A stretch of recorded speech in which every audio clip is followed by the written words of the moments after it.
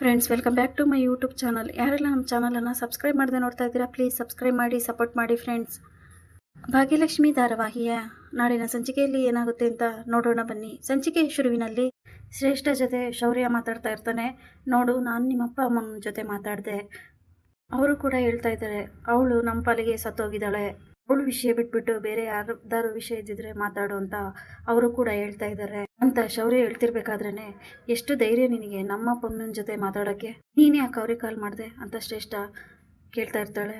ನಾನೇ ಯಾಕೆ ಅವ್ರಿಗೆ ಕಾಲ್ ಮಾಡಬಾರ್ದು, ನಾನು ಕಾಲ್ ಮಾಡೇ ಮಾಡ್ತೀನಿ, ಇನ್ನು ಮುಂದೆನೂ ನಾನು ಅವರಿಗೆ ಕಾಲ್ ಮಾಡೇ ಮಾಡ್ತೀನಿ. ಕಾಲೇಜ್ ಡೇಸಿಂದನೂ ಅವರು ನನ್ನ ಮಗನ ಥರ ಟ್ರೀಟ್ ಮಾಡಿದ್ದಾರೆ. ಈಗ ನಿನಗೆ ಅವ್ರು ಬೇಡದೇ ಇರ್ಬೋದು, ಆದರೆ ಅವರು ನನಗೆ ಬೇಕೇ ಬೇಕು. ಅವ್ರಿಗೆ ಕಾಲ್ ಮಾಡಿ ಅವ್ರ ಯೋಗಕ್ಷೇಮನ ವಿಚಾರಿಸ್ಕೊಂತೀನಿ. ಇಷ್ಟೊಂದು ಕನ್ಸರ್ನ್ ಇರೋದಕ್ಕೆ ಆ ದೇವರು ಇಲ್ಲಿವರೆಗೂ ನನ್ನನ್ನು ಚೆನ್ನಾಗಿ ಇಟ್ಟಿದ್ದಾನೆ, ಮುಂದೆನೂ ಕೂಡ ಚೆನ್ನಾಗಿ ಇಟ್ಟಿರ್ತಾನೆ. ಇವಾಗ ಅದು ಸರಿ ಶ್ರೇಷ್ಠ, ಇವಾಗ ನೀನು ಅವನ್ನ ಮದುವೆ ಆಗಿದೆಯಲ್ಲ, ಒಂದಿನಾದ್ರೂ ಸುಖವಾಗಿದೆಯಾ? ರಿಲೇಶನ್ಶಿಪ್ ಸ್ಟಾರ್ಟ್ ಆದ್ಮೇಲೆ ಒಂದಿನಾದ್ರೂ ನೀನು ಖುಷಿಯಾಗಿದೆಯಾ? ನೋಡು ಶ್ರೇಷ್ಠ, ನಾನು ನಿನಗೆ ಅವತ್ತೇ ದೇವಸ್ಥಾನದಲ್ಲಿ ಹೇಳಿದ್ದೆ, ಭಾಗ್ಯ ಅಂತ ಒಳ್ಳೆಯವ್ರ ಜೀವನ ಹಾಳು ಮಾಡಿ ನೀನು ಯಾವತ್ತೂ ಸುಖವಾಗಿರೋಕ್ಕಾಗಲ್ಲ ಅಂತ. ನೀನು ಈ ಜೀವನದಲ್ಲಿ ಸುಖವಾಗಿರೋಕ್ಕೆ ಸಾಧ್ಯನೇ ಇಲ್ಲ. ನೀನು ನನ್ನ ಮಾತನ್ನ ಕೇಳಲೇ ಇಲ್ಲ. ಆಮೇಲೆ ಆದರೂ ಒಂದು ಸ್ವಲ್ಪ ಸ್ವಾಭಿಮಾನದಿಂದ ಬದುಕೋದನ್ನ ಕಲಿ. ಅವಾಗ್ಲಾದ್ರೂ ನಂತರ ನಿನ್ನನ್ನು ಕೂಡ ದೇವರು ಚೆನ್ನಾಗಿಡ್ತಾನೆ ಅಂತ ಹೇಳ್ಕೊಂಡು ಶ್ರೇಷ್ಠಗೆ ಅಡ್ವೈಸ್ ಮಾಡಿ ಶೌರ್ಯ ಅಲ್ಲಿಂದ ಹೋಗ್ತಾ ಇರ್ಬೇಕಾದ್ರೆ ಇತ್ತ ಶ್ರೇಷ್ಠ ಚಿಟಿಕೆ ಹೊಡೆದು ಅವ್ನು ನಿಲ್ಲಿಸ್ಬಿಟ್ಟು, ಏನೋ ಈಗೆಲ್ಲ ಅಡ್ವೈಸ್ ಮಾಡಿದ ತಕ್ಷಣ ನಾನು ಕೇಳ್ಬಿಡ್ಬೇಕಾ? ನೋಡು, ನಾನು ಕಾಲೇಜ್ ಡೇಸಲ್ಲಿ ಹೇಗಿದ್ನೋ ಅದಕ್ಕಿಂತ ಇನ್ನೂ 10 ಪಟ್ಟು ಬೆಟರ್ ಆಗಿದ್ದೀನಿ ಅಂತ ಶ್ರೇಷ್ಠ ಹೇಳ್ತಿರ್ಬೇಕಾದ್ರೆ, ಏನೋ ಬೆಟರ್ ಅಂದರೆ ಈಗೇನಾ ಅಂತ ಶೌರ್ಯ ಕೇಳ್ತಿರ್ಬೇಕಾದ್ರೆ, ಹೌದು, ನಾನು ಅವತ್ತೆಷ್ಟು ಚೆನ್ನಾಗಿದ್ನೋ ಈಗ ತಾಂಡವ್ ಮದುವೆ ಆದ್ಮೇಲೆ ಅದಕ್ಕಿಂತ ಚೆನ್ನಾಗಿದ್ದೀನಿ. ನೀನು ಈ ಥರ ಎಲ್ಲ ಯಾಕೆ ಮಾತಾಡ್ತಿದ್ಯಾ ಅಂತ ನನಗೆ ಗೊತ್ತು, ಯಾಕಂದ್ರೆ ಕಾಲೇಜ್ ಡೇಸಿಂದನೂ ನನ್ನ ಮೇಲೆ ಲವ್ ಇತ್ತು ಅಂತ ಶ್ರೇಷ್ಠ ಹೇಳ್ತಿರ್ಬೇಕಾದ್ರೆ, ಈ ಮಾತನ್ನ ಕೇಳಿ ಶೌರ್ಯಂಗೆ ಒಂದ್ ಕಡೆ ಶಾಕ್ ಆದ್ರೆ, ಈ ಕಡೆ ತಾಂಡವ್ ಅವ್ರು ಅಲ್ಲೇ ಸಂದಿಲ್ ನಿಂತ್ಕೊಂಡು ಇವ್ರ ಮಾತೆಲ್ಲ ಕೇಳಿಸ್ಕೊಂತ ಇದ್ದಾಗ ತಾಂಡವ್ಗೂ ಶಾಕ್ ಆಗುತ್ತೆ. ಹಾಗಾದ್ರೆ ಇವಳು ನನ್ನ ಜೊತೆ ಆಡ್ತಾ ಇರೋದು ಪ್ರೀತಿ ನಾಟಕನ?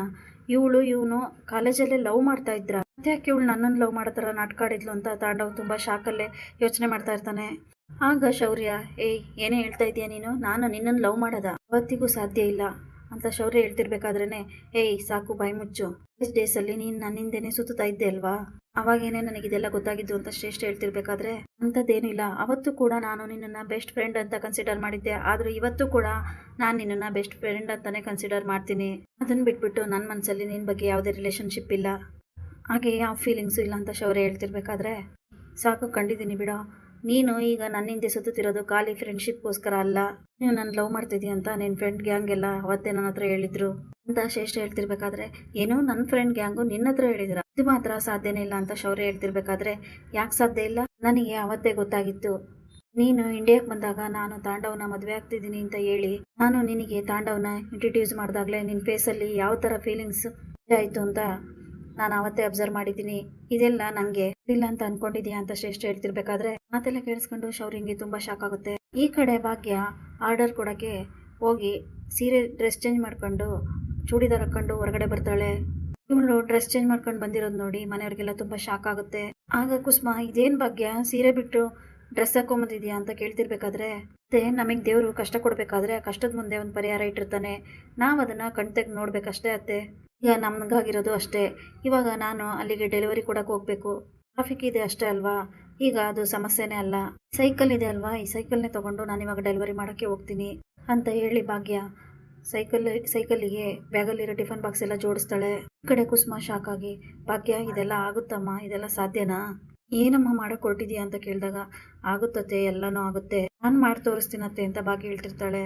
ಅಷ್ಟೊತ್ತಿಗೆ ಸುನಂದ, ಈ ಮಕ್ಕಳಿಂದ ಈ ಮನೆ ಮರ್ಯಾದೆ ಹೋಗಿದೆ, ಸಾಲದ್ದಕ್ಕೆ ನೀನು ಈಗ ಸೈಕಲಲ್ಲಿ ಆರ್ಡರ್ ಕೊಟ್ಟು ಈ ಮನೆ ಮರ್ಯಾದೆ ಕಳಿತೀಯಾ ಅಂತ ಸುನಂದ ಬೈತಾ ಇರ್ಬೇಕಾದ್ರೆ, ಅಮ್ಮ, ನಾನು ಮರ್ಯಾದೆ ತೆಗಿಯೋಂಥ ಕೆಲಸ ಏನು ಮಾಡ್ತಾ ಇಲ್ಲ, ಕಷ್ಟಪಟ್ಟು ದುಡಿಯಕ್ಕೆ ಹೋಗ್ತಾ ಇದ್ದೀನಿ, ಅದು ಮರ್ಯಾದೆ ಹೋಗುವಂಥ ಕೆಲಸ ಏನಲ್ಲ.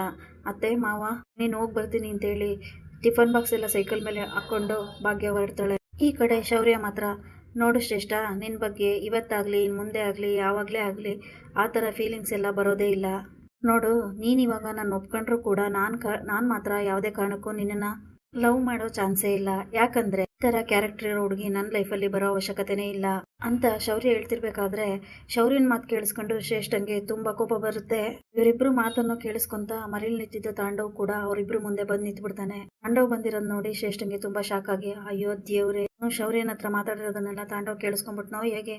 ತಾಂಡವ್ ಏನಾದ್ರೆ ಏನಾದರೂ ಈ ವಿಷಯ ಎಲ್ಲ ಕೇಳಿಸ್ಕೊಂಬಿಟ್ಟಿದ್ರೆ ನನ್ನ ತಂಡೋ ಸಂಬಂಧಕ್ಕೆ ಇವತ್ತೇ ಎಳ್ಳು ನೀರು ಬಿಟ್ಬಿಡ್ತಾನೆ. ಮಾತ್ರ ಯಾವುದೇ ಕಾರಣಕ್ಕೂ ನನ್ನನ್ನು ಎಕ್ಸೆಪ್ಟ್ ಮಾಡ್ಕೊಳೋದೇ ಇಲ್ಲ. ಮೊದಲೇ ಇವನು ಶೌರ್ಯನ ಕಂಡ್ರೆ ಉರಿದುರ್ದು ಬೀಳ್ತಾನೆ. ಇನ್ನು ಈ ಶೌರ್ಯಂಗೂ ನನಗೂ ಲವ್ ಇತ್ತು ಅಂತ ಗೊತ್ತಾದರೆ ಅಷ್ಟೇ ಕತೆ. ಇವತ್ತಿಗೆ ನನ್ನ ಕತೆ ಮುಗೀತು ಅಂತೇಳಿ ಶ್ರೇಷ್ಠ ಮನಸ್ಸೊಳಗೆ ತುಂಬ ಗಾಬರಿ ಮಾಡ್ಕೊತಾ ಇರ್ತಾಳೆ. ಇಲ್ಲಿಗೆ ಸಂಚಿಕೆ ಮುಕ್ತಾಯವಾಗುತ್ತದೆ. Thanks for watching.